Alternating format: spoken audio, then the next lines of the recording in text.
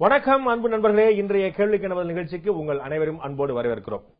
இன்னும் ஒரே ஒரு வாரம் தான் இருக்கிறது சட்டமன்ற தேர்தல் நடப்பதற்கு. இது ஒரு மிக முக்கியமான காலகட்டத்தில் நெருங்கி இருக்கிறது. இந்த நேரத்தில் அதிமுக தன்னுடைய தேர்தல் அறிக்கையை வெளியிட்டிருக்கிறது. எல்லா தேர்தல்களிலும் முதல் ஆளாக நின்று தேர்தல் பணிகளை செய்யக்கூடிய அதிமுக இந்த முறை எல்லா கட்சிகளும் என்ன அறிக்கை வெளியிடுகிறது என்று பார்த்து நிதானமாக பெருந்துறையில் தன்னுடைய தேர்தல் அறிக்கை வெளியிட்டிருக்கிறார் அதிமுக பொதுச் செயலாளர் தமிழக முதலமைச்சர் ஜெயலலிதா. இந்த தேர்தல் அறிக்கையில் மக்களை ஈர்க்கக்கூடிய வகையில் பல்வேறு அம்சங்கள் இருக்கின்றன. பாதி விலையில் பெண்களுக்கு ஸ்கூட்டர் வழங்கப்படும், தாலிக்கு தங்கம் திட்டத்தில் 4 பவுன் 4 கிராம் என்பது 1 சவரனாக 8 கிராமாக உயர்த்தப்படும், மகப்பேறு விடுமுறை காலம் 9 மாதமாக உயர்த்தப்படும், அது 18,000 ரூபாயாக உயர்த்தப்படும் மகப்பேறு நிதி உதவி என்று பல்வேறு திட்டங்கள், இன்னும் குறிப்பாக சொல்லப்போனால் மகளிரை முன்வைத்து பல்வேறு திட்டங்கள் இருக்கின்றன. இந்த திட்டங்கள் அதிமுக தொண்டர்களை உற்சாகப்படுத்தியிருந்தாலும் முக்கியமாக சொல்லப்போனால் இலவச கைபேசி, ஒவ்வொரு குடும்ப அட்டைதாரருக்கும் இலவச கைபேசி சொல்லியிருக்கார்கள். இதெல்லாம் அதிமுக தொண்டர்களை உற்சாகப்படுத்தியிருந்தாலும் திமுகவிலிருந்து நாம் தமிழர் வரை அனைத்து கட்சிகளுமே கடுமையான விமர்சனம் செய்திருக்கிறார்கள். ஆக முடியாத விஷயத்தை, செய்ய முடியாத விஷயத்தை சொல்லியிருக்கிறார்கள்.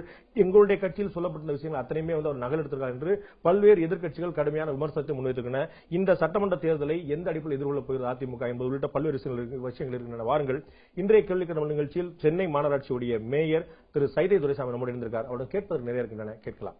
வணக்கம். முதல்ல இவ்வளவு தாமதமா தேர்தல் அறிக்கை வெளியிட்டதுக்கான காரணம் என்ன? ஏதாவது ஒரு மற்றவங்க எல்லாம் என்ன சொல்றாங்கன்னு பார்த்துட்டு அதற்கு பிறகு ஒரு வியூகம் அமைப்போம் அப்படின்னு ஒரு எண்ணமா? அப்படிதான் ஒண்ணு இல்ல.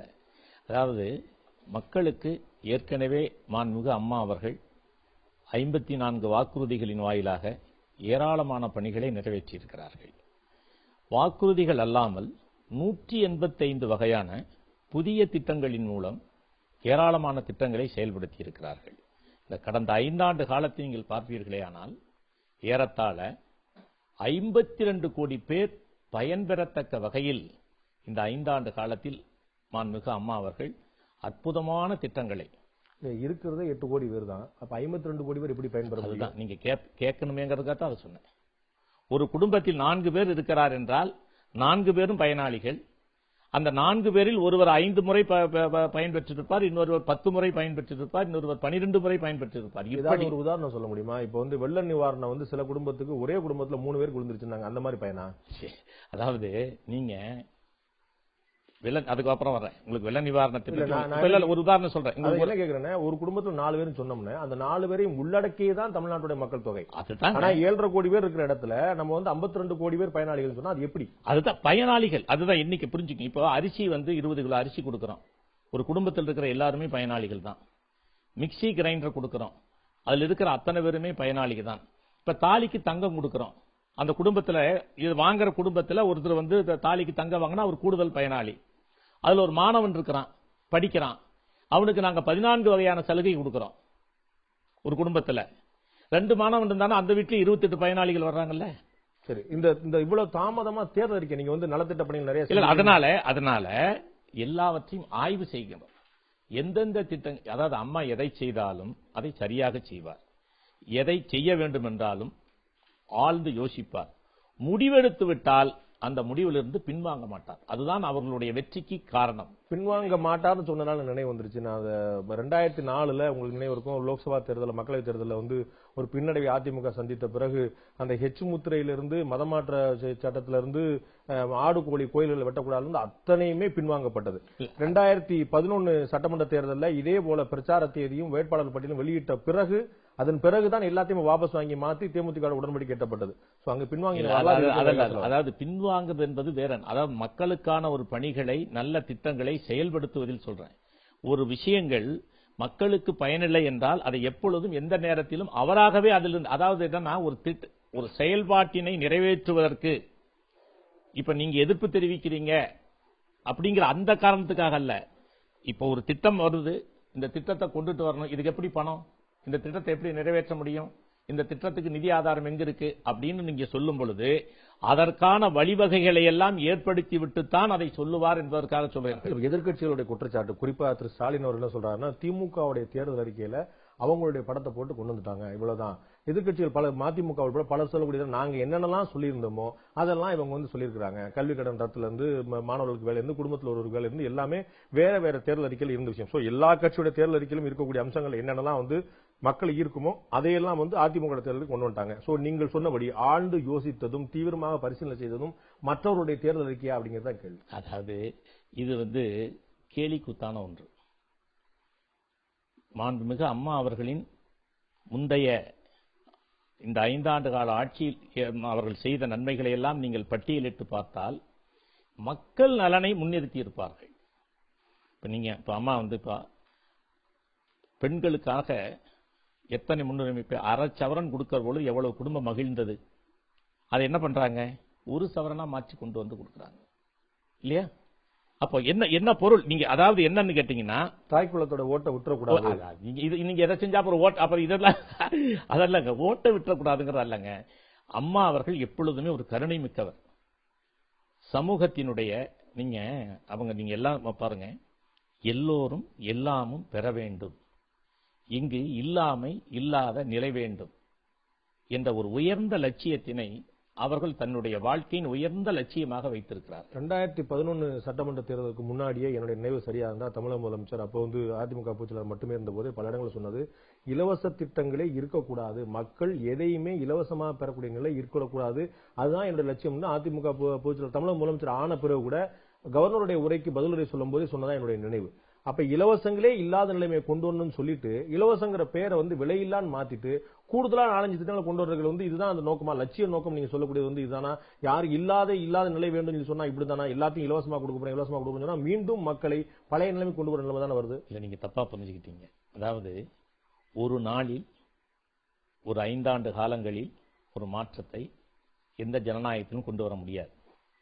ஆனால் அந்த மாற்றத்தை கொண்டு வருகின்ற வரை, அந்த மாற்றம் உருவாகின்ற வரை இது போன்ற ஏழைகளுக்கு உதவி செய்வது நம்முடைய கடமை என்று அவர்கள் இருக்கிறார். அதைத்தான் விஷன் 2023 10 ஆண்டு கழித்து தமிழகம் எத்தகைய மாறுதலை பெற வேண்டும், எப்படிப்பட்ட மாறுதலை கொண்டு வர வேண்டும், ஒவ்வொரு குடும்பத்திலே இருப்பவர்கள் எத்தகைய தன்னிறைவை பெறலாம், பெறுவதற்கு நான் என்ன செய்வேன் என்ற இலக்கை நிர்ணயம் செய்து மாண்புமிகு அம்மா அவர்கள் அதை நோக்கி பயணம் செய்து கொண்டிருக்கிறார். அதிமுக பொதுச்செயலாளருடைய தலைமையில 3 சட்டமன்ற தேர்தல்களில் அதிமுக பெருவாரியான வெற்றியை பெற்று ஆட்சியை பிடித்தது.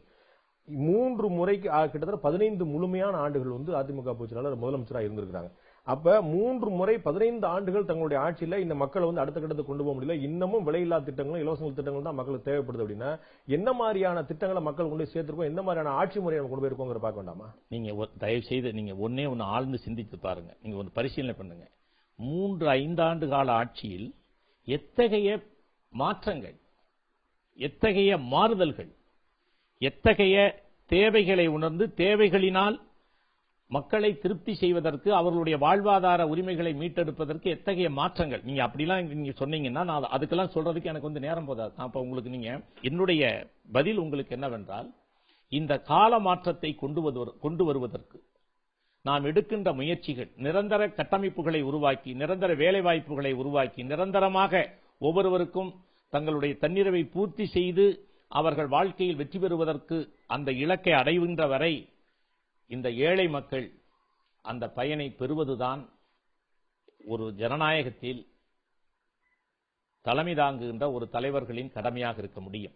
என்னுடைய கேள்வி, அந்த வகையில் நான் ஆட்சி புரிகிறேன் அப்படின்னு சொன்னா மக்களுடைய வளர்ச்சி தான், இந்த நாட்டோட வளர்ச்சி தான் எனக்கு முக்கியம் சொன்னா, நான் என்னுடைய சுய சம்பாத்தியத்தில் அடுத்த கட்டத்துக்கு போறதுதான் என்னை சரியான வளர்ச்சி கொண்டு போறதா இருக்கும். மாறாக அரசு என்னுடைய தேவையில பூர்த்தி நான் மறுக்கல. அம்மா உணவகங்கள் எதிர்க்கட்சிகளால் வரவேற்கப்படுது, அது அண்ணா உணவகமா மாற்றப்படும் சொல்லி திமுக சொல்லப்படுது. அந்த அளவுக்கு வரவேற்பட்டு நான் மறுக்கல. ஆனால் அம்மா உணவகமோ, விலையில்லா மிக்சியோ, கிரைண்டரோ, டிவியோ, சைக்கிளோ, செல்போனோ இப்படி மாறி மாறி மாறி முழுக்க அரசு அடுத்து என்ன கொடுக்குங்கிற எதிர்பார்ப்புல என்ன வச்சிருந்தோம்னா, நான் என்னுடைய சுயமரியாதைக்கான ஒரு இழுக்கா பார்க்கல. நான் சம்பாதிச்சு நான் வாங்க வேண்டாமா?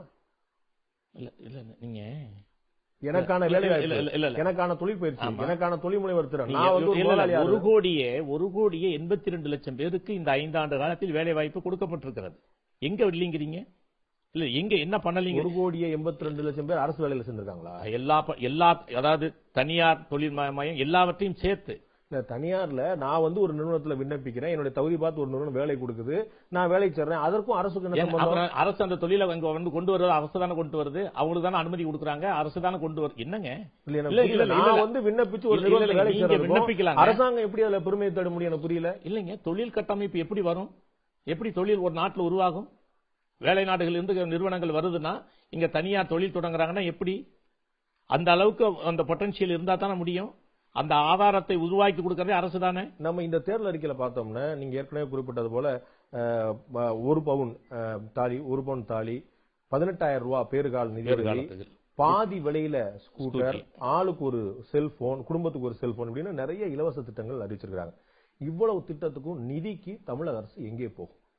அதுதான் நீங்க அதுல நிதி ஆதாரத்தை பெருக்குவதற்கே சொல்லியிருக்காங்க. நீங்க அதை பாருங்க, நல்லா படிங்க. நிதி ஆதாரத்தை பெருக்குவதற்கு ஒவ்வொன்றையும் சொல்லியிருக்காங்க.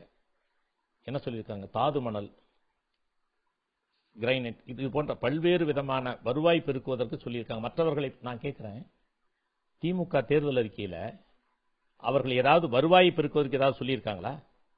ஆனால் அதிமுக தேர்தல் அறிக்கையில் வருவாயை பெருக்குவதற்கு நாங்கள் அம்மா அவர்கள் சொல்லி இருக்கிறார். தமிழக அரசு 5 ஆண்டுகளை கடந்து முடிந்திருக்கும் போது, அதிமுக அரசு முடிந்திருக்கும் போது தமிழக அரசுடைய கடன் 2.25 லட்சம் கோடி ரூபாய். இன்றைய தேதி பொதுத்துறை நிறுவனங்களை உள்ளடக்கிய கடன் 4,40,000 கோடி ரூபாய். தமிழ்நாடு அரசுடைய நிதி பற்றாக்குறை 36,000 கோடி ரூபாய். தமிழ்நாடு அரசுடைய வருவாய் பற்றாக்குறை 9,000 கோடி ரூபாய். கடந்த நிதியாண்டுல 2015-16 போட்ட பட்ஜெட்ல உள்ள விஷயம்.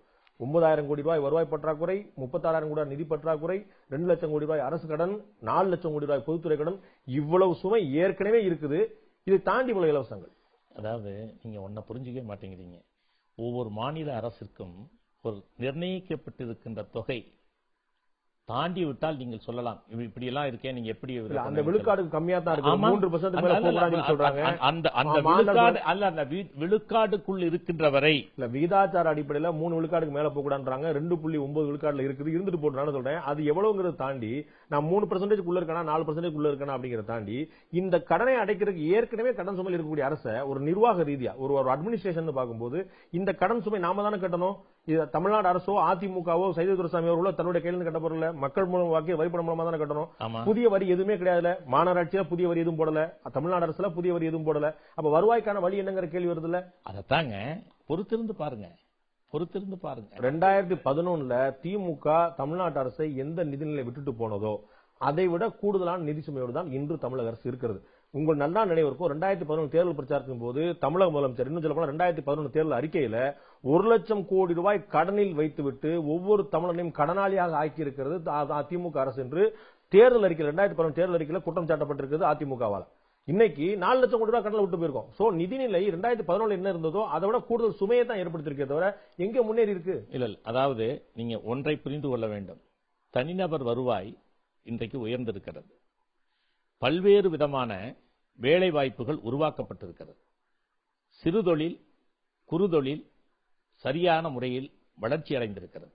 முந்தைய ஆட்சிக்கும் இன்றைய ஆட்சிக்கும் நீங்கள் பார்ப்பீர்களே ஆனால் ஏராளமான புதிய தொழில்கள் உருவாக்கப்பட்டிருக்கிறது. பெருந்தொழில்கள், குறுந்தொழில்கள், தனியார் தொழிலதிபர்கள், தொழில் முனைவர்கள், வேலை வாய்ப்பு 1.82 கோடி வேலை வாய்ப்பு. இவ்வளவு சொன்னது நடைமுறை நடந்திருந்தா நான் ஏன் சார் அம்மா உணவகத்துக்கு போறேன், நான் ஏன் சார் நீங்க கிரைண்டர் கொடுப்பீங்களா மிக்சி கொடுப்பீங்களா நான் பாத்துட்டு இருக்கிறேன். இல்ல நீங்க இல்ல அதுதான் நான் ஒரே ஒரு செய்தியை நான் உங்களுக்கு சொல்றேன். படித்தவர்கள், நம்முடைய விவசாயத்தில் ஈடுபடுகின்றவர்கள், கூலி வேலை செய்பவர்கள் என்று நீங்கள் பட்டியல் எடுத்து பார்ப்பீர்களே ஆனால் எல்லா தரப்பினரும் இன்றைக்கு மகிழ்ச்சியாக பணத்தட்டுப்பாடு இல்லாத ஒரு மனிதனாக வாழ்க்கையை வாழ்ந்து கொண்டிருக்கிறார்கள். அதுதான் அந்த அம்மா ஆட்சியினுடைய சிறப்பு. அதை முதல் நீங்கள் தெரிந்து கொள்ள வேண்டும். உங்களுக்கு நன்றாக தெரியும், 2011 மக்கள் தொகை கணக்கெடுப்பின்படி தமிழ்நாட்டில் இருக்கக்கூடிய வறுமை கோட்டுக்கு கீழே இருப்பவருடைய எண்ணிக்கை 89 லட்சம். தமிழ்நாட்டில் வறுமை கோட்டுக்கு கீழே, அதாவது ஒரு மாதத்துக்கு 937 ரூபாய் கூட வருமானத்துக்கு வழி இல்லாதவருடைய எண்ணிக்கை. நான் சொல்ல ஒரு நாளைக்கு 30 ரூபாய் 40 ரூபாய் கூட வழி இல்லாத எண்ணிக்கை, 1000 ரூபாய் கூட மாசத்துக்கு இல்லாத எண்ணிக்கை. நீங்க சொல்றீங்க ஏழைகள் கையில பணம் புழங்குதுன்னு சொல்றீங்க. வாங்க நீங்க வாங்க. இப்ப எனக்கு ஒரு லீட் எடுத்து கொடுத்துறீங்க. சொல்லுங்க, நீங்க சொல்லுங்க. இப்ப அது எத்தனை சதவீதம், எவ்வளவு பேர் என்ன இருக்கிறீங்க? 89 லட்சம் இன்னைக்கு இருக்கிறாங்க வறுமை கோட்டுக்கு கீழே இருப்பவர்கள். அவங்களுக்கு தான் இந்த ஆட்சி. நீங்க சொல்றீங்க இல்லையா, நீங்க சொல்றீங்க இல்லையா, 89 லட்சம் பேர் வறுமை கோட்டிற்கு கீழே இருக்கிற சராசரி பணம் இல்லாமல் சிரமப்பட்டு இருக்கிறான் இல்லையா, அவர்களுடைய வெல்ஃபேரை தான் அம்மா அவர்கள் முன்னெடுத்து செல்கிறார்கள். 25 முறை முதலமைச்சராக இருந்த கருணாநிதியாலையும் 3 முறை தேர்தலில் வென்ற ஜெயலலிதாவாலையும் ஏன் இந்த விளிம்புநிலை மக்களுடைய வாழ்க்கை அடுத்தடுத்து கொண்டு போக ஒரே நாள்ல முடியாது சார். 50 ஆண்டுகளாக இருக்கிறது, 15 ஆண்டுகளாக முதலமைச்சர் ஜெயலலிதாவுடைய ஆட்சி. நீங்க ஒரு நிமிஷம், இந்தியா முழுக்க ஏனைய எல்லா மாநிலங்களோடு ஒப்பிடுங்கள். சுதந்திரம் பெற்ற இந்தியாவில் சுதந்திரம் பெற்ற இந்தியாவில் தமிழகத்தினுடைய மனிதர்களின் வாழ்க்கை தரம், அடிப்படை கட்டமைப்பு வசதிகள், பொருளாதாரம், இவைகளை எல்லாம் நீங்கள் இங்கே கேட்டுக்கொண்டிருப்பதை விட ஒவ்வொரு மாநிலத்தோடும் ஒப்பிட வேண்டும். அப்படி நீங்கள் ஒப்பிட அதிமுக அரசு ரொம்ப கவனமாக, ரொம்ப திறமையாக கொலை கொள்ளை குற்றங்கள்லாம் எவ்வளவு நடந்திருக்கு அப்படின்னு சொன்னா யூபியோட குறையா நடந்திருக்கு, பீகாரோட குறையா நடந்திருக்குன்னு சொல்றாங்க. வளர்ச்சி எப்படி இருக்கு அப்படின்னா நாங்க ஒடிசாவோட முன்னேறி இருக்கோம், சத்தீஸ்கரோட முன்னேறி இருக்கோம், நாங்க ஆந்திராவோட முன்னேறி இருக்கோம் சொல்றாங்க. ஏன் அப்படி ஒப்பிடுறீங்க? நான் தமிழ்நாடு அரசு இதற்கு முன்னாடி இந்த நிலைமை என்ன, இப்ப இந்த நிலைமை நான் நம்மளோட ஒப்பிடுவோம். அதைத்தாங்க சொல்றேன். இந்தியா என்பது இந்தியாவினுடைய கட்டமைப்புக்குள்ள இருக்க ஒரு மாநிலம் தமிழகம். புரியுதுங்களா? இந்தியாவினுடைய ஜனநாயகத்தினுடைய இந்தியாவில் இருக்கிற மாநிலங்களுள் ஒரு மாநிலம். இந்த இந்திய ஆட்சி முறைக்கு கீழ் இருக்கின்ற ஒரு மாநிலம் ஏனைய மாநிலங்களை விட எல்லாவற்றிலும் சிறந்து விளங்குகிறது. இல்ல எல்லாவற்றிலும் பல விஷயங்கள்ல முன்னணியில் இருக்க மறுக்கல, பல விஷயங்கள்ல பின்னணியில் இருக்கிறது நான் மறுக்கல. அதனால ஆதாரம் கூட காட்ட முடியும். அது நான் சொல்றேன், அந்த ஒப்பீடுக்கே நான் போலன்றேன். நான் என்னுடைய வளர்ச்சி, நான் வந்து கடந்த காலத்துல நான் எப்படி இருந்தேன், இப்ப எப்படி இருக்கிறேன், என்னோட மாநிலம் எப்படி இருக்குன்னா அடுத்த கட்டத்து போறது பார்க்க முடியாது. என்னை மாறி மாறி இலவச திட்டங்கள் அப்படின்ற சூழல்லே நீங்க செக் வச்சுட்டு இருக்கீங்க. நீங்க இப்ப சொல்றீங்கல்ல 89 லட்சம் மக்கள், நீங்க பாருங்க அவன் ஏன் அதைத்தாங்க சொல்றேன். இப்ப நீங்க அவனுக்கான வேலை வாய்ப்பு நீங்க அவனுக்கான அதுக்கு தாங்க இப்போ ஒவ்வொரு திட்டங்களும் ஒவ்வொரு செயல்பாடுகளும் அவர்களை நோக்கித்தான். இன்னைக்கு விவசாயிகளுக்கு சலுகைகள் செய்யணும் அப்படின்னு சொன்னால் அந்த கூலி விவசாயிகளுக்கு பயன் தருகின்ற வகையில் செய்யணுங்கிறது தான். ஒவ்வொரு துறை சார்ந்த கடந்த 10 ஆண்டுகள்ல தமிழகத்துல விவசாயிகளுடைய எண்ணிக்கை குறைந்து விவசாய கூலி தொழிலாளருடைய எண்ணிக்கை அதிகரித்திருக்கிறது. என்ன காரணம் தெரியுமா? விவசாயிகள் தங்கள் நிலங்களை விற்று கொண்டிருக்கிறார்கள். விவசாயம் செஞ்சு வாழ முடியாத நிலைமை தமிழ்நாட்டில். அதுக்கு தாங்க இன்னைக்கு மாண்புமிகு அம்மா அவர்கள் இன்னைக்கு தெளிவான ஒரு பார்வையோடு இருக்காங்க. என்ன, விவசாய உற்பத்தி பொருட்களை விற்பனை செய்வதிலும் சரி, விவசாயிகளுக்கு அதிகமான தொகை கிடைக்கின்ற வகையில் அதை மாற்றி அமைப்பதற்கு தான் இன்றைக்கு பல்வேறு விதமான சலுகைகளை அனுபவித்திருக்கார்கள். ஜல்லிக்கட்டுக்கு வந்து நாங்க தடையை நீக்குவோம் சொல்லி தமிழக அரசு சொல்றாங்க. அதுக்கான கடுமையா முயற்சி எடுப்பண்றாங்க, நீதிமன்றத்தில் வழக்காடிட்டு இருக்காங்க. ஆனால் இதற்கு முன்னால் திமுக ஆட்சியிலே இந்த சிக்கல் இருந்த போது கூட ஜல்லிக்கட்டு நடந்தது. இப்பதான் அதிமுக ஆட்சியில 2 முறை வந்து ஜல்லிக்கட்டு நடக்க முடியாமலே போயிருச்சு. இது ஒரு அதிமுக ஒரு பின்னடைவா பார்க்கல. தென் மாவட்ட மக்கள் வந்து இது வந்து மிகப்பெரிய எப்படி நீதிமன்றம் வந்து கடுமையான ஒரு உத்தரவு போட்டுட்டு அந்த உங்களுக்கு வந்து இந்த நீதிமன்றத்தில் சென்று அவங்க தடையாணை வாங்கியதற்கு பிறகு நீதிமன்ற உத்தரவை எப்படி மீற முடியும்னு நினைக்கிறீங்க? எல்லாருக்கும் தெரியும், எல்லா மக்களுக்கும் தெரியும். அதுல வந்து யாரும் அண்ணா திமுக ஆட்சியின் மீதோ அம்மாவின் மீதோ எந்த வருத்தம் கிடையாது. என்ன காரணம்னா அம்மா வந்து எதையும் செய்யணும்னு நினைக்கிறாங்க. நீதிமன்ற தடையாணையின் காரணமாக ஒன்னும் பண்ண முடியல. அதுக்கு என்ன பண்ண முடியும்? நீதிமன்றத்தில் தடை விதித்ததை அரசு என்ன செய்ய முடியும்? ஆவின் பால் வந்து 1 லிட்டர் 25 ரூபாய் என குறைந்த விலையில் வழங்கப்படும் அப்படின்னு உங்களுடைய தேர்தல் அறிக்கை சொல்லப்பட்டிருக்கு. 7 ரூபாய் குறைத்து விற்கப்படும் சொல்லி திமுக தேர்தல் அறிக்கை சொல்லியிருக்கு. என்ன ஒரு விமர்சனம் வைப்பாங்க அப்படின்னா 25 ரூபாய்க்கு 1 லிட்டர் கொடுத்துரும் சொல்லி அதிமுக சொல்லுது. இந்த விலையை உயர்த்தியதே அதிமுக அரசு தான். இந்த முறை தான் விலை உயர்த்தப்பட்டது. அப்புறம் வந்து நாங்க திரும்பி குறைப்போம் சொல்லி சொன்னா எப்படி சரியா? ஏற்றது குறைக்கிறது ஒரு அரசினுடைய தானே. ஒரு திட்டம் கொண்டு வர்றோம், அந்த திட்டம் வந்து மக்களுக்கு பயன் தரல, மக்கள் எதிர்பார்ப்பு இருக்குன்னா அதை மாத்திக்கிறோம், அவ்வளவுதானே. இந்த மாதிரி மகளிருக்கு வந்து ஓட்டுநர் பயிற்சி அளிக்கப்பட்டு ஆட்டோக்கான மானியம் வழங்கப்படுது. பெண்களுக்கு வந்து நிறைய கூடுதலான கவனங்கள் நம்ம இருக்கிற பாக்குறோம். ஏற்கனவே சொன்ன மாதிரி மகப்பேறு உதவி திட்டமா இருக்கட்டும், 18,000 ரூபாயா இருக்கட்டும், 9 மாத பேர்கால விடுப்பா இருக்கட்டும், 50% அதாவது பாதி விலையில வந்து ஸ்கூட்டரா இருக்கட்டும், இப்ப ஆட்டோ மானியமா இருக்கட்டும், பெண்களை கூடுதலா குறிவிக்கிறதுக்கான காரணம் என்ன? பெண்களுடைய ஓட்டு குறையும் அப்படிங்கிற அச்சமா?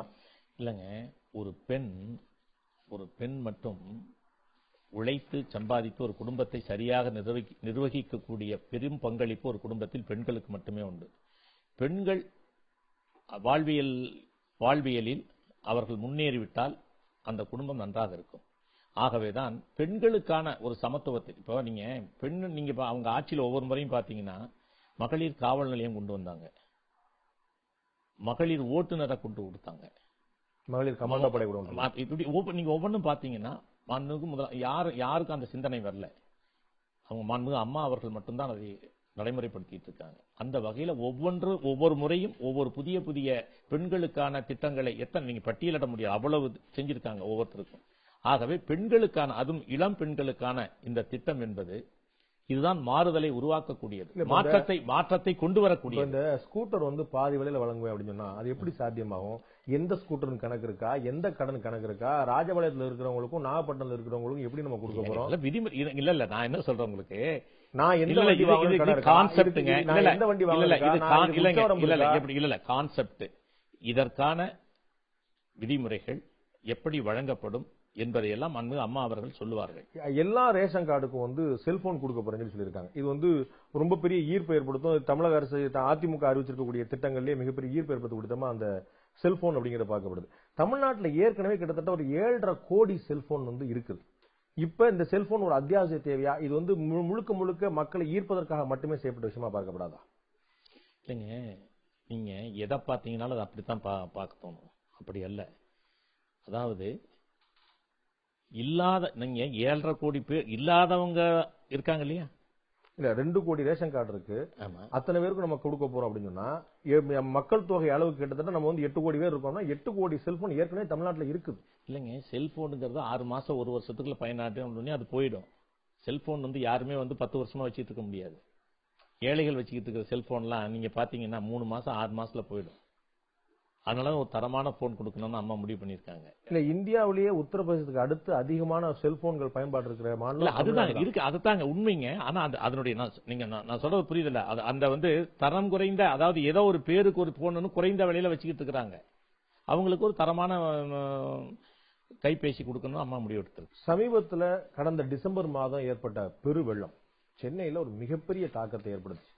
திமுக அதிமுக திமுக மட்டும் இல்லாம பாஜக உட்பட காங்கிரஸ் உட்பட எல்லா தேசிய கட்சிகளும் வந்து வெள்ளத்துல தமிழக அரசு முழுமையா தோல்வியடைஞ்சு குற்றம் சாட்டுறாங்க. குறிப்பாக சென்னை மாநகராட்சி பற்றி இந்த வெள்ள நிவாரணம் மற்றும் மீட்பு பணிகள்ல சென்னை மாநகராட்சி சரியா செயல்படல அப்படிங்கிற ஒரு எண்ணம் இருக்குதா? 100 ஆண்டுகளுக்கு பிறகு திடீரென்று கொட்டிய ஒரு மழையின் காரணமாக ஏற்பட்ட ஒரு பேரிடர். இல்ல அது எல்லாருக்குமே தெரியும். அந்த எச்சரிக்கை விடப்பட்டது. பிபிசி சொல்லிச்சு, நம்ம ரமணன் சொன்னாரு, எல்லாருக்குமே தெரிஞ்ச விஷயம். பெருமழை பெய்ய போகுதுன்னு முழுமையான முன்னெச்சரிக்கை கொடுக்கப்பட்டது. என்ன முன்னெச்சரிக்கை எல்லா நடவும் நான் தான் தொடர்ந்து எடுத்துக்கிட்டு, அப்பதான் அதுக்கு முன்னாடியே மழை பெய்யுது, தொடர்ந்து நிவாரண பணிகள் தானே இருக்கும். அதற்கு முன்பு இங்க பாருங்க, மாநகராட்சி எப்பொழுதுமே அந்த பருவமழை தொடங்குவதற்கு முன்பாக ஏறத்தாழ 32 துறைகளை அழைத்து கூட்டம் நடத்தி அதில் யார் யார் என்னென்ன பணிகளை ஆயத்தமாக இருக்க வேண்டும் என்று சொல்லி அவர்களிடத்தில் என்னென்ன நடவடிக்கை யார் மேற்கொள்ள வேண்டும் என்பதை எல்லாம் சொல்லி தொடர்பு கொள்ள வேண்டிய தொலைபேசி எண்ணோட ஒரு புத்தகம் கையேடு போட்டு ஒவ்வொரு துறைக்கும் கொடுக்கப்பட்டு அந்த பணி நடைபெற்றது. செம்பரம்பாக்கம் அணை திறப்பினால்தான் இவ்வளவு பிரச்சனைங்கிறது தொடர்ந்து வெறும் பெரும் குற்றச்சாட்டு தெரிஞ்சுக்கணும். அது வந்து திமுக வந்து நாங்கள் ஆட்சிக்கு வந்தா விசாரணை கமிஷன் அமைப்பு சொல்றாங்க. இருங்க, நீங்க ஒரே ஒரு செய்தி உங்களுக்கு. செம்பரம்பாக்கம் ஏரி தண்ணீர் எதுல வருது? அடையாறு ஆற்றில் தானே வருது. இந்த அடையாறு ஆற்றில் செம்பரம்பாக்கம் ஏரி தண்ணீர் மட்டும்தான் வருகிறதா? செம்பரம்பாக்கம் ஏரியில் ஒட்டுமொத்தமாக திறந்துவிடப்பட்ட நீரின் அளவு 29,000 கன அடி. ஆனால் அன்றைக்கு அடையாறு ஆற்றில் வந்த மழை நீரின் அளவு 1,10,000 கன அடி. எங்கிருந்து வந்தது? கனமழையின் காரணமாக 3 மாவட்டங்களில் செம்பரம்பாக்கம் ஏரியில 30,000 கன அடிக்கு மேல திறந்து விடவே முடியாது. ஆமா, அவ்வளவுதான். 29,000 கன அடி. இதே 25,000 கன அடி வந்து திமுக பீரியட்ல 1976 திறந்து விட்டாங்க. பாதிப்பு ஏற்பட்டுச்சா? பதிவெடுத்து பாருங்க. இல்ல அவங்க தான் கேக்குறாங்க. அதைத்தாங்க சொல்றேன். அன்றைக்கு மழையின் அளவு என்ன, இன்றைக்கு பெய்த மழையின் அளவு என்ன? இன்னொன்னு தெரிஞ்சுக்குங்க. தாம்பரம், முடிச்சூர், பல்லாவரம், மீனம்பாக்கம் 69 சிறு பெரு ஏரிகள்.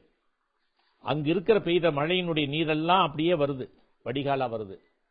1,10,000 மேற்பட்ட கன அடி தண்ணீர் வருகின்ற பொழுது 29,000 கன அடியால் தான் இவ்வளவு பெரிய விபத்து என்று சொல்லுவது பச்சை பொய் அல்லவா?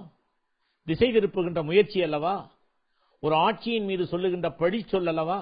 இல்ல இதை சொல்லும் போது நீங்க ஏன் உரிய கலக்க மாட்டீங்க? எல்லா கட்சிகளும் இந்த செம்பரம்பாக்கம் பிரச்சனையை அவ்வளவு உடம்புப்படியா பிடிச்சிருக்காங்க. தெளிவா சொல்லியாச்சு. எங்க அந்த விளக்கம் வருது? எல்லாம் தெளிவா சொல்லியாச்சு, பல முறை சொல்லியாச்சு. அதான் சொன்ன, ஒரு பொய்யை திரும்ப சொன்னால் உண்மையாகிவிடுங்கிற கோயல் கொல்சனுடைய தத்துவத்தை அரங்கேற்றம் செய்துட்டு இருக்காங்க. நீங்க ஒரு விஷயம் நான் உங்களுக்கு, அடையாறு முகத்துவாரத்தை வந்து அவங்க சரியா தூர்வாரி வைக்கல, அது பூரா தூர்ந்து போயிருந்ததுனால அங்க தண்ணி பூரா தேங்கிருச்சு. அதுதான் ரிவர்ஸ். அதுவும் ஒரு கடைந்தெடுத்த பொய். அதுவும் ஒரு கடைந்தெடுத்த பொய். அதாவது அடையாறு முகத்துவாரத்தில் தினமும் 2 பக்கமும் அங்கே பொக்களின் இயந்திரங்கள் நிறுத்தப்பட்டு அவைகள் தங்களுடைய பணியை தினமும் செய்து கொண்டே இருக்கிறார்கள். நூற்றுக்கணக்கான லாரி மண்கள் அங்கிருந்து எடுக்கப்பட்டு வெளியே கொண்டு வரப்படுகிறது. அதெல்லாம் தவறான செய்தி. இதற்கு காரணம் என்னங்கிறத நீங்க தெரிஞ்சுக்கணும். அடையாறு ஆற்றில் கரையோர பகுதிகளில் வசித்த மக்களுக்கு இவ்வளவு பெரிய பேரிடர் ஏற்பட்டதுக்கு என்ன காரணம் தெரியுங்களா? ஆக்கிரமிப்புகள். இதை முதலில் ஆக்கிரமிப்பு செய்தவர் கருணாநிதி பொதுப்பணித்துறை அமைச்சராக இருக்கிற பொழுது அந்த கூவம் நதி பணியாளர்களை கொண்டு வந்து இங்கே குடியமர்த்தினார்கள். அவர்களை வாக்கு வங்கியாக அவர் மாற்றினார். முதலாக சென்னையில் இருக்கின்ற ஆறுகள் ஆக்கிரமிப்பு செய்யப்பட்டது கருணாநிதி தான் தொடங்கி வைத்தார். அவர் தொடங்கி வச்சார், நீங்க தொடர்ந்து இல்ல அவர் தொடங்கி வைத்தார்.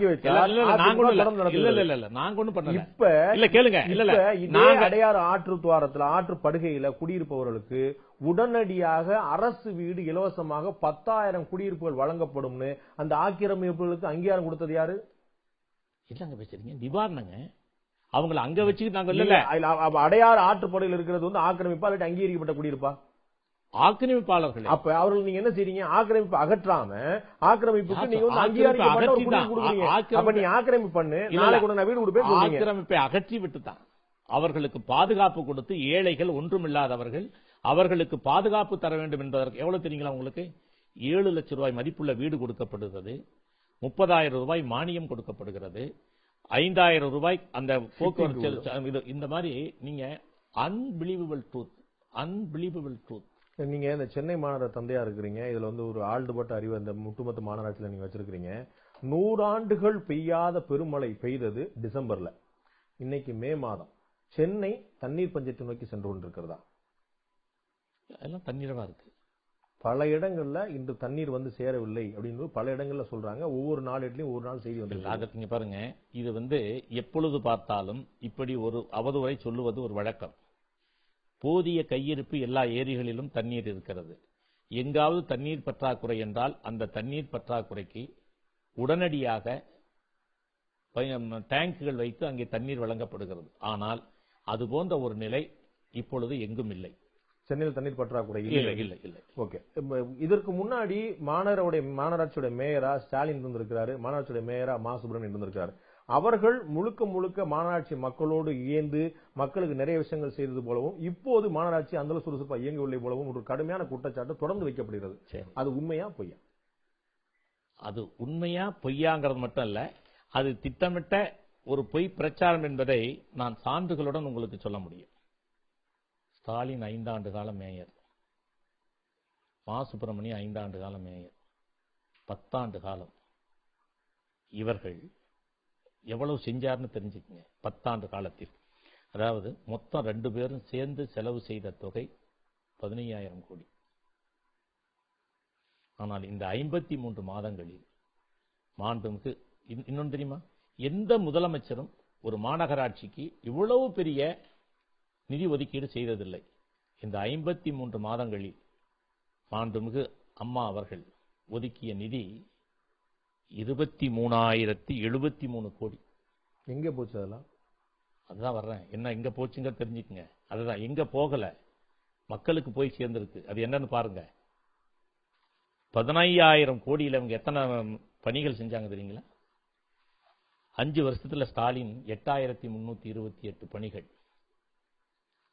மா சுப்பிரமணி 9,576 பணிகள். 2 பேரும் சேர்ந்து செய்த பணிகளின் எண்ணிக்கை 17,904 மட்டும். இந்த பணிகள் அப்படிங்கிற வார்த்தையில என்ன பட்டியல் அடங்கும்? அதுதான் ஒண்ணுங்க. இப்ப ஒரு பணி, நீங்க இந்த பாலம் கட்டுறத சொல்வீங்களா? பாங்க, பூங்கா, ஆமா ரோடு போடுறது, இந்த மாதிரி சொல்றோம். மீட்பு எல்லாமே எல்லாம் ஒரு பணிகள், ஒரு இனங்கள். மொத்த ஒர்க் அவங்க பண்ணது 17,000. அவ்வளவுதான். 10 ஆண்டு காலம். எவ்வளவு?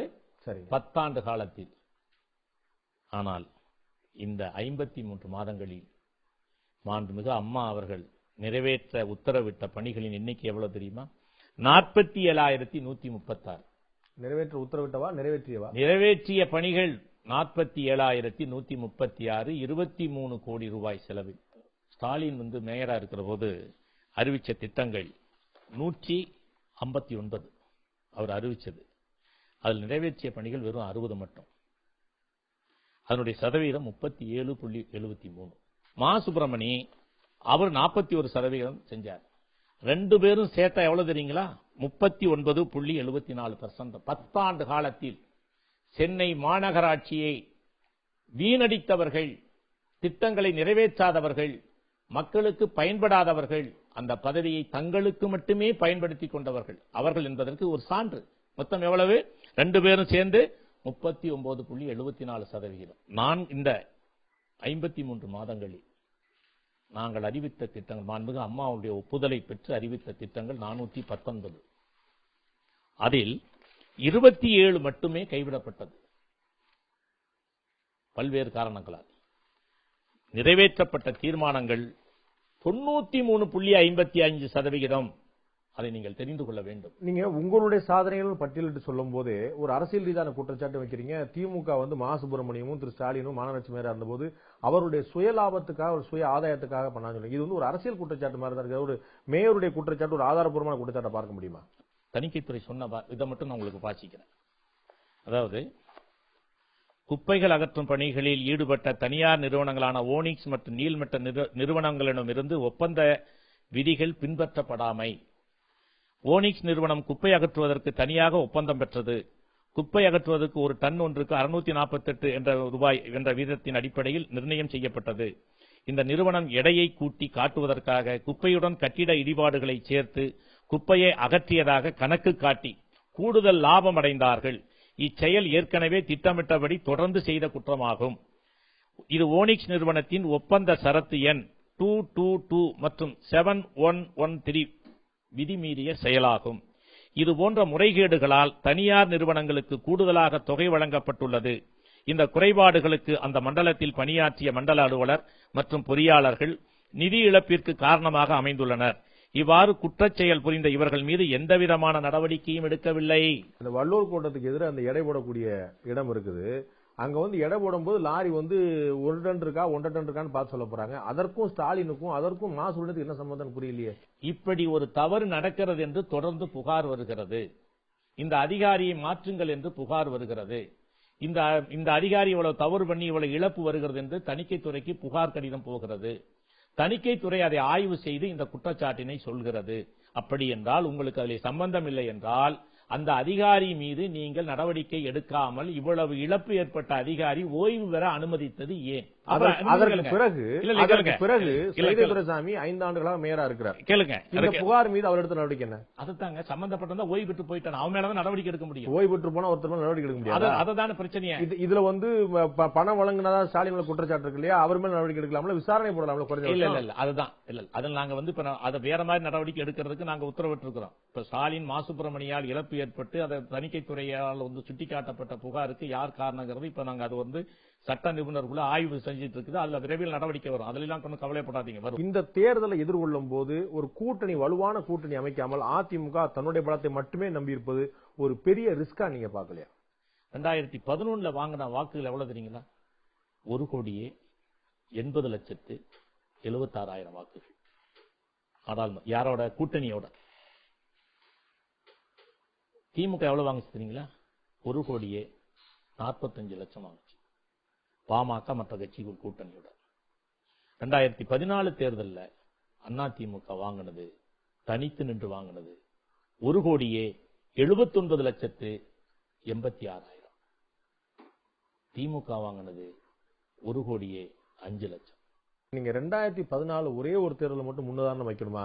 96ல அதிமுக மிகப்பெரிய தோல்வி அடைஞ்சது, தமிழக முதலமைச்சரே தோல்வி அடைஞ்சாங்க. ஒரு உதாரணத்தை நீங்க இந்த தேர்தல் நமக்கு அடையாளம். இப்பதான் புதிய வாக்காளர், நீங்க சொல்ற புதிய வாக்காளர் 2011க்கும் இதுக்கு கூடுதலா 2011 பாருங்க. 2011 இருந்து இப்ப இந்த தேர்தலில் பாத்தீங்கன்னா 80 லட்சம் பேர் புதுசா வந்திருக்கிறான். இப்ப வந்திருக்கிறான் 30 லட்சம் பேர். ஆக 1,10,00,000 பேர் இப்ப வர்றான் இந்த தேர்தலில். அந்த 80 லட்சம் பேர் சேர்ந்து ஓட்டு போட்ட போதுதான் அதிமுக 1,79,00,000 தனிச்சு நின்று வாங்கி இருக்கு. இதை விட எது பரிசோதனை வேணுங்கிறீங்க? இல்ல, உங்களுக்கு நல்லா தெரியும் மக்களவை தேர்தலுக்கும் சட்டமன்ற தேர்தலுக்கும் மக்கள் அடிப்படையில் நீங்க தயவு பண்ணிக்கணும். தனித்து ஒரு கட்சி நிக்குது, கூட்டணியோடு எல்லா கட்சியும் நிக்குது. இந்த தேர்தலில் மோடி அலை வீசதா சொல்லப்படுது. அம்மா சொன்னாங்க, லேடியா மோடியா பார்ப்போம்னு சொல்லிட்டு மக்கள் மத்தியில ஒரு வினாவை வைத்தார்கள். அம்மா வைத்த அந்த வினாவுக்குத்தான் விடையே தவிர நீங்கள் நினைப்பதை போல் அல்ல. நான் 2014 மட்டுமே ஒரு முழு உதாரணமா இல்ல 2014 கோட் பண்றது அந்த ஒண்ணு மட்டும் வச்சுக்கிட்டா இன்னைக்கு 210 தொகுதியில் அதிமுக ஜெயிக்கணும் அப்படிதான் சொல்ல முடியல. அதான் சொல்லிட்டோமா, உங்களுக்கு ஒண்ணு சொல்றேன். இந்த தேர்தல் என்ன நடக்கும் தெரியுமா? 190 இருந்தா நீங்கள் எண்ணிக்கையே என்ன வேண்டும்? 44 தொகுதிகளுக்கு மட்டும்தான் தேர்தல். அதை நினைவிலே வைத்துக் கொள்ளுங்கள். 190 இடங்களில் அனைத்து இந்திய அண்ணா திராவிட முன்னேற்ற கழகம் வெற்றி பெற்று விட்டது. அதில் எந்த சந்தேகமும் உங்களுக்கு வேண்டாம். மே 16 தாங்க தேர்தல். அதெல்லாம் முடிஞ்சிருச்சுங்க. தேர்தல மக்கள் முடிவெடுத்துட்டாங்க. அது திமுக 2014 தனித்து போட்டிட்டது. இப்ப காங்கிரஸோட கூட்டணி அமைச்சிருக்குது. 5 ஆண்டுகள் அதிமுக ஆட்சியில ஆன்டி இன்கம்பன்சி இயல்புல இருக்கும். நீங்க அதிமுக காரங்க இல்லவே இல்ல நாடு கொலிக்குதுன்னு சொன்னாலும் மக்கள் அதோட ஆன்டி இன்கம்பன்சி ஆட்சி பற்றிய, அமைச்சர்கள் பற்றிய, மாவட்ட செயலாளர்கள் பற்றிய அதிருப்தி இருக்கத்தான் செய்யும். ஒரே நிமிஷம். இந்த நாடாளுமன்ற தேர்தல் இதான சொன்னீங்க. நாடாளுமன்ற தேர்தல் எதை சொன்னீர்களோ அதைத்தான் இப்பொழுதும் சொல்லுகிறீர்கள். ஒன்ன வச்சுக்கங்க, மக்கள் மத்தியில் அதிருப்தி இருந்தால் மட்டுமே எந்த கருத்தும் எடுபடும். மக்கள் மத்தியில் வெறுப்பு இருந்தால் மட்டுமே ஒரு ஆட்சி மாற்றம் ஏற்படும். அதிமுகவுக்கு எதிரான குற்றச்சாட்டுகள் வைக்கிறது பாத்தீங்கன்னா, திமுக, மக்கள் நல கூட்டணி, பாஜக, பாமக, நாம் தமிழர் இயக்கம் வரைக்கும் கிட்டத்தட்ட ஒரு 5-6 இயக்கங்கள் கடுமையான குற்றச்சாட்டு வைக்கிறாங்க. ஆனா பதில் சொல்றதுக்கு ஒரே ஒரு இயக்கமா அதிமுக மட்டும்தான் இருக்குது. 6 பக்கம் குற்றச்சாட்டு, 6 முனை தாக்குதல் உங்க மேல வரும்போது நீங்க தனியாளா வரும்போது 2ல எது மக்கள் கேளுங்க. அந்த குற்றச்சாட்டுகள் சொல்வதாலேயே அந்த குற்றச்சாட்டுகள் சொல்லுபவர்களுக்கெல்லாம் வாக்கு வந்து நினைக்காதீங்க. அதுக்கு ஒரு காரணம் சொல்றேன். ஒட்டுமொத்தமா இந்த 6 பேரும் ஒன்றாக இருந்து நீங்கள் சொன்னால் அந்த ஒரு வாதத்தை கூட எடுத்துக்கொள்ளலாம். எதிர்ப்பு வாக்குகள் எல்லாமே பிளவுபடும் அப்படிங்கிற ஒரே நம்பிக்கையில் இருக்குதா? அதை மட்டும் இல்லைங்க. இல்ல பிளவுபடுங்கிறது இல்லைங்க. மக்கள் சக்திங்க. ஏங்க, ஒரு வருஷத்துக்கு முன்னாடி இந்த தமிழ்நாட்டினுடைய மக்கள் 1,79,00,000 பேர் ஆதரவு கொடுத்திருக்கிறாங்க. எங்களுடைய ஒரே கேள்வி, இன்னைக்கும் பாருங்க, திமுகவில் யாரெல்லாம் பக்கத்தில் இருக்கிறா? கருணாநிதியோட யார் இருக்கிறா? தயாநிதி மாறன். இந்த பக்கம் ராஜா. 2 பேர் யாரு? இவர்களை பார்த்தா என்ன நினைக்கும்? உங்க கட்சிக்காரங்க வேணா நீங்க ஏத்துக்கலாம். பொதுமக்கள் என்ன நினைப்பாங்க? நினைப்பாங்களா, நினைக்க மாட்டாங்களா? இதையும் ஜீரணிப்பாங்க நினைக்கிறீங்களா? ஒரு பக்கம் ராஜா, ஒரு பக்கம் தயாநிதி மாறன். அவரு மேல என்ன இருக்கு? என்ன இருக்கா? புகார் இருக்குன்னு சொல்ல போறீங்க? புகாரா? வழக்கு இருக்குன்னு சொல்ல போறீங்க? இல்லங்க, கடுமையான செந்தில் பாலாஜி மேல ஏதாவது வழக்கு இருக்கா? ராஜேந்திர பாலாஜி மேல புகார் இருக்கா? இங்க பாருங்க, ஓபிஎஸ் வழக்கு இருக்கா? கேளுங்க. இதுல நீங்க ஒரு விஷயம் நான் சொல்றது, வழக்கு இல்லங்க, வழக்கு அல்ல. 2G ஸ்பெக்ட்ரம்ங்கிற ஒரு மிகப்பெரிய இமாலய ஊழலில் திமுகங்கிற கட்சி அத்தகைய தவறுகளை செய்து அதுக்கு உடந்தையா இருக்கிறதுனாலதான் ராஜா விடாம இன்னும் வச்சிருக்காங்க. தயாநிதி மாறனுடைய ஊழல் எப்படிப்பட்டது? அந்த வழக்கு நிலுவையில் இருக்குது. அதே போன்ற வழக்கு அதிமுக மீது இருக்கிறது. இல்ல இங்க பாருங்க, வழக்கு நிலுவையில் இருப்பது என்பது வேறு, சாதாரண வழக்கு என்பது வேறு, இப்படி ஒரு தேசிய இழப்பு என்பது வேறு. எதிர்கட்சிகளுடைய புகாருக்கெல்லாம் மதிப்பே இல்லை அப்படின்னு சொல்லி சொன்னா அதெல்லாம் மக்கள் நம்ப மாட்டாங்கன்னு சொன்னா, எல்லாரும் வலியுறுத்திட்டு வந்த மதுவிலக்கு பற்றி தற்போது தேர்தல் அறிவிக்கப்பட்ட பிறகு அதிமுக வாய் திறக்க வேண்டிய அவசியம் என்ன? மதுவிலக்கு இதுக்கு முன்னாடி நீங்க பேசவே இல்லை. ஒரு சசி பெருமாள் செத்த போது, பாமக ஆர்ப்பாட்டம் பண்ணும் போது, மதிமுக நடையா நடந்த போது, திமுக தலைவரே சொன்ன பிறகு அத்தனை பேரும் சொன்னாங்க மதுவிலக்கு பற்றி. வாயை திறக்கலையே. பட்ஜெட் வரையில ஆளுநர்கள் எங்கேயுமே காணுமே. அதத்தாங்க படிப்படியா பண்ணணும். இப்ப நான் ஒரே இப்பதானங்க தேர்தல் அறிவிச்ச பிறகுதானங்க சொன்னீங்க. அப்ப மக்களுடைய அழுத்தத்துக்கு தான் அடிபடி. இல்ல எப்ப செய்யணும், எப்ப சொல்லணும் அப்படிங்கிறது முதலமைச்சர் அம்மா அவர்கள் தெளிவாக நீங்க என்ன சொன்னீங்க? 190 தொகுதியில நாங்க வெற்றி பெற்றுட்டோம், 44 தொகுதி தான் தேர்தலே. நீங்க அந்த 44 ஏன் விட்டுட்டீங்க? 234 ரிசல்ட் முடிஞ்சு சொல்ல வேண்டியதானே? அதுதாங்க பாருங்க, அதைத்தாங்க நடக்க போகுதுங்கிறேன். 234 நீங்க இன்னொன்னு சொல்லட்டுமா? உங்களுக்கு இன்னொன்னு சொல்லட்டுமா? இந்த சட்டப்பேரவையில் எதிர்க்கட்சி என்ற அந்தஸ்தை எவராலும் பெற முடியாது. இது காலத்தின் கட்டாயம். எழுதி வைத்துக் கொள்ளுங்கள். கடந்த நாடாளுமன்ற தேர்தலில் 216 இடங்களில் அதிமுகவை வெற்றி பெற வைத்திருக்கிறார்கள். 18 தொகுதிகள் மட்டுமே கடந்த நாடாளுமன்ற தேர்தலில் அதிமுக குறைந்த வாக்குகள் வித்தியாசத்தில் தோல்வி. தருமபுரி மாவட்டத்திலும் கன்னியாகுமரி மாவட்டத்திலும் இருந்துச்சு. அந்த ரெண்டுலயுமே இப்ப அதிமுக ராஜ்யசபா எம்பிகள் கடுமையான செலவு எல்லாம் செஞ்சு எல்லாம் பண்ணிட்டு இருக்காங்க. இல்ல, அதனால 44 தொகுதிகளுக்கு மட்டும்தான் தேர்தல். தமிழ்நாட்டில் 234 தொகுதிகளுக்கு தேர்தல் முடிவுகளை மக்கள் தெரிவித்து விட்டார்கள். இந்த 44 தொகுதிகளினுடைய முடிவைத்தான் ஆவலுடன் எதிர்பார்த்துக் கொண்டிருக்கிறார்கள். அதுதான் நடக்கப் போகிறது. நீங்கள் ஒரே ஒரு செய்தி இப்ப சொல்றீங்களா, மது விலக்கு பத்தி சொல்றீங்கல்ல, இந்த மது விலக்கு ஏன்னா அதை சொல்லி ஆகணும். நீங்கள் அதை கொஞ்சம் தயவு செய்து நீங்க அதை தெரிஞ்சுக்கங்க. 79 புரட்சித் தலைவர் எம்ஜிஆர் ஒரு சட்டம் கொண்டு வந்தார். தெரியுமா? உங்களுக்கு தெரியுமான்னு கேட்கிறேன். நீங்க சொல்லுங்க. தெரிஞ்சு மது விலக்கு பற்றி சொல்றீங்க. மது விலக்கு பற்றி அப்ப என்ன பண்ணாங்க? மதுவே கூடாதுங்கிறதுக்காக புரட்சித் தலைவர் எம்ஜிஆர் அவர்கள் 1979 பிப்ரவரி மாதம் 13ஆம் நாள் ஒரு அவசர சட்டம் கொண்டு வந்தார்கள். குடிக்கவே கூடாது. அரசு ஊழியர்கள் குடித்தால் 2 மடங்கு தண்டனை, பொதுமக்கள் குடித்தால் 1 மடங்கு தண்டனை. இனிமேல் நீங்க குடிக்க கூடாது. அப்படி குடிச்சா முதல் முறை கைது செய்யப்பட்டால் 6 மாதம், 2வது முறை குடித்து அவர் கைது செய்யப்பட்டால் 1 வருடம், 3வது முறை கைது செய்யப்பட்டால் 2 வருடம், 4வது முறை கைது செய்யப்பட்டால் நாடு கடத்தல். இப்படி ஒரு கடுமையான ஒரு சட்டத்தை, மதுவின் கொடுமையை இன்றைக்கு பேசுகிறார்களே, இவர்களாம் அன்றைக்கு என்ன சொன்னார்கள் தெரியுமா? என்ன குடிப்பது ஒரு பெரிய மாபாதகமா, கொலை குற்றமா, அதற்கு இவ்வளவு பெரிய தண்டனையா, இது என்ன நாடா காடா கேட்டார்களா இல்லையா? அந்த சட்டம் என்னாச்சு? அந்த சட்டத்தை கொண்டு வந்து வைக்கிற பொழுதுதான் நாடாளுமன்ற தேர்தலில் அதிமுக தோற்றது. அந்த சட்டம் திரும்பி கொண்டு வரப்பட்டதா இல்லையா? ரத்து செய்யப்பட்டது. ஏன் உங்களுக்கு அவ்வளவு பிடிப்பு இருந்துச்சு அந்த சட்டத்தை? நாடாளுமன்ற தேர்தல் தோல்விக்கு பிறகு, நாடாளுமன்ற தேர்தல் தோல்விக்கு பிறகு, சட்டமன்ற தேர்தல் வெற்றிக்கு பிறகு இந்த பொதுமக்களும் சரி எதிர்க்கட்சிகளும் சரி இவ்வளவு கடுமையான ஒரு முயற்சி எடுத்த புரட்சித் தலைவர் எம்ஜிஆர் அவருடைய முடிவுக்கு எதிராக இருக்கிறார்கள் என்று கருதி மக்களுடைய தீர்ப்புக்காகத்தான் அது மாறியது. மதுவிலக்கு எதிராக மக்கள் இருக்கிறார்கள். அதை நான் சொல்ல வரல. கருணாநிதி இன்றைக்கு சிறைன்னு சொல்றாரு, இன்றைக்கு சிறைன்னு சொல்றாரு இல்லையா? அப்படி குடிச்சா இது பண்ணுவீங்கன்னா நாங்க மதுவிலக்கு கொண்டு வர, குடிச்சா சிறைன்னு சொல்றாரு இல்லையா? அப்படி மாறி மாறி முடிவெடுக்கிறார். மாறி மாறி முடிவல்ல. இவர் சிறை தண்டனை என்றால் அந்த 79 சொன்னதுக்கு அது பொருத்தம் இல்லையான்னு கேட்கிறேன். ஒரு இறுதியான கேள்வி மட்டும் வைக்க விரும்புறேன். நீங்க 44 தொகுதிக்கு மட்டும்தான் தேர்தல் அப்படின்னு சொல்லி சொன்னீங்க. 190 தொகுதிக்கான முடிவுகள் வெளியாயிருச்சுன்னு சொல்லி சொல்றீங்க. இந்த 44 தொகுதியை ஏன் விட்டு வைக்கிறீங்க? 44 தொகுதியில் என்ன சிக்கல்? அதிமுக அங்கே 2வது இடம் சொல்லுங்க. தேர்தல் அங்கதான் நடக்குதுன்னு சொல்றேன். அங்கே ஜெயிக்கிறோம். நான் தான் உங்களுக்கு சொல்றேன்ல, 44 நாங்க வெற்றி வரும். எதிர்கட்சியே இல்லைன்னு சொல்றேனே. எதிர்கட்சியே இல்லைங்க. நன்றி திரு சையத் துரைசாமி. இவ்வளவு நேரம் உங்களுடைய கருத்தை, உங்களுடைய நேரத்தை எங்களோட பகிர்ந்தது நன்றி. உங்களுடைய நல்ல நோக்கங்கள் நிறைவேற எங்களுடைய வாழ்த்துக்கள். நன்றி.